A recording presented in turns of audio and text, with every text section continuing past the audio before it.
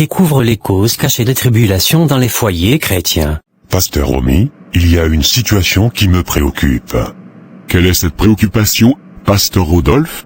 C'est le fait que de nombreux jeunes frères dans le Seigneur, qui fréquentent les universités et les collèges ont du mal à persévérer.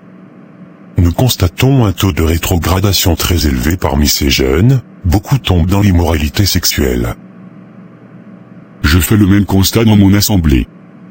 Des jeunes brillants, très zélés pour le Seigneur, perdent soudainement leur flamme du jour au lendemain. Au passage, sœur Sabrina, j'ai une question à te poser. Pose ta question, ce reste là. Pourquoi tant de familles chrétiennes traversent-elles des périodes difficiles? Parfois, il semble y avoir plus de difficultés dans ces familles que chez les païens, alors que le Seigneur nous a promis sa vie, sa paix, sa joie et nous a assuré une vie en abondance. Oui, le Seigneur a promis des persécutions, mais il n'a jamais dit que les familles chrétiennes seraient ravagées, que les époux se querelleraient constamment, que les femmes seraient irritables aux yeux de leur mari, ou que les enfants seraient rebelles envers leurs parents. Tu vois où je veux en venir? Tu as raison. Le Seigneur n'a jamais prévu que les maris frappent leurs femmes ou que les femmes manquent de respect envers leurs maris. Alors d'où viennent toutes ces situations que nous constatons malheureusement dans certaines familles chrétiennes de nos jours? Honnêtement, je crois qu'il s'agit d'attaques spirituelles. Les chrétiens, par ignorance, ne parviennent pas à identifier ces attaques et finissent malheureusement par tomber dans les pièges des forces des ténèbres. Oui, tu as probablement raison. Que le Seigneur entende nos prières, car nous avons vraiment besoin de son intervention. Je te laisse, je dois vaquer à mes occupations. Au revoir, ma sœur. Que le Seigneur te fortifie, à très bientôt. Le dimanche suivant, lors d'un moment de délivrance pendant les manifestations, le diable a révélé les combats qu'il provoque dans les familles chrétiennes. Je vous fais part des stratégies que nous mettrons en place pour semer le chaos et la désolation dans les familles chrétiennes. Nous nous attacherons à provoquer toutes sortes de ravages, les empêchant ainsi de prier et les laissant sans défense face à nos attaques. En les submergeant de problèmes quotidiens, nous les pousserons à oublier l'homme juste, attristant ainsi l'esprit qui réside en eux. Nous ne leur accorderons pas de seconde chance. Nous transformerons nos agents en diverses formes, telles que souris, cafards, mouches, moustiques, rats, abeilles, guêpes, afin de surveiller leurs activités domestiques et de semer le trouble dans leur foyer. Nous susciterons des querelles et des disputes entre maris et femmes, rendant les femmes irritables aux yeux de leurs maris, incitant les maris à frapper leur épouse. Nous les perturberons même dans leur sommeil en interférant dans leurs relations conjugales. Nous susciterons des querelles et des disputes entre maris et femmes, rendant les femmes irritables aux yeux de leurs maris, incitant les maris à frapper leur épouse. Nous les perturberons même dans leur sommeil en interférant dans leurs relations conjugales. Nous veillerons également à détruire tout foyer paisible et heureux, ne laissant aucune place à la joie et au bonheur. Nous ciblerons particulièrement les nouveaux mariages, en semant la discorde dès le début, pour les conduire au divorce. Nous inciterons les membres de leur famille à se concentrer sur les prétendues sorcières, augmentant ainsi leur suspicion et leur méfiance envers leurs proches. Nos premières cibles, c'est les vrais chrétiens, en particulier ceux qui reçoivent des visions de Dieu sans tache ni ride. Nous devons les faire chuter et les éloigner de leur foi en utilisant toutes les ruses possibles.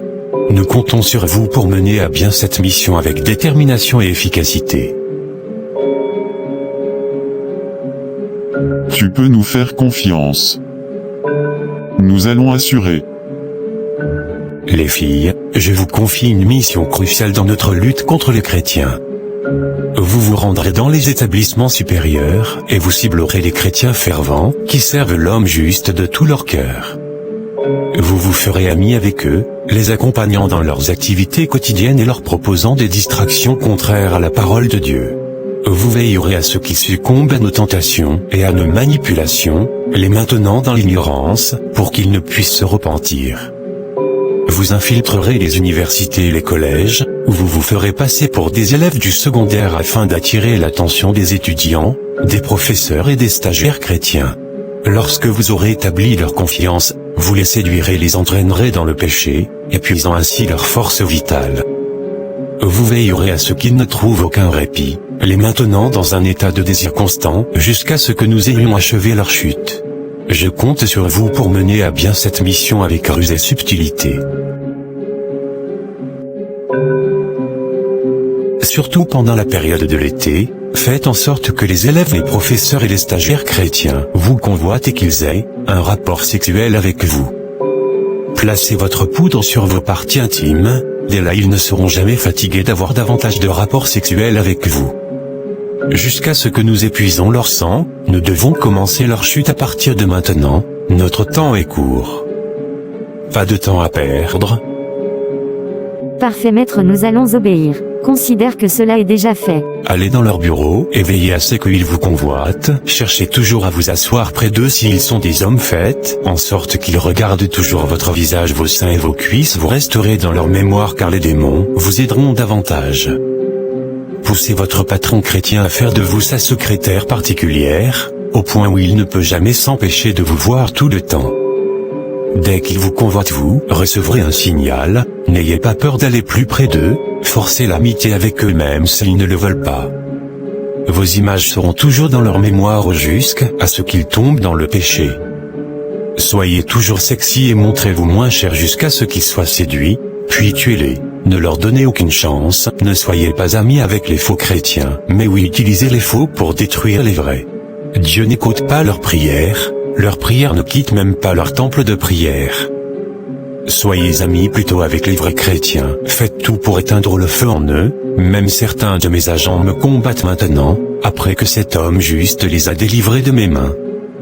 Nous devons vite changer notre combat contre ce peuple, isolons-les pour la destruction, et commençons à leur apparaître aussi dans les rêves, comme des anges de lumière, et leur apprendre à ne pas pratiquer la Bible. Nous devons aussi accroître l'amour de l'argent dans leur vie, les retourner les uns contre les autres, et les rendre jaloux.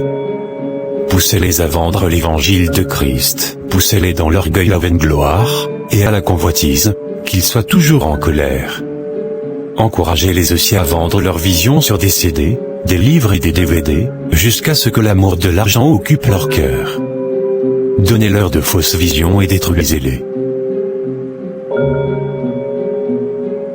Merci pour la mission et la confiance, nous obéirons fidèlement. Frères et sœurs, comme nous venons de le voir dans cette vidéo, les chrétiens sont sous surveillance et attaqués par les forces des ténèbres. Il est donc urgent pour chaque chrétien de marcher par l'esprit et non par la chair. Cela permettra aux couples, en particulier, d'identifier les attaques des ténèbres dans leur vie et de ne pas succomber aux manipulations. Et à tous, de combattre en vainqueur. Que Dieu vous bénisse. C'est tout pour cette vidéo. N'oubliez pas de liker, de laisser un commentaire et surtout de vous abonner pour ne manquer aucune autre vidéo. Que Dieu vous bénisse.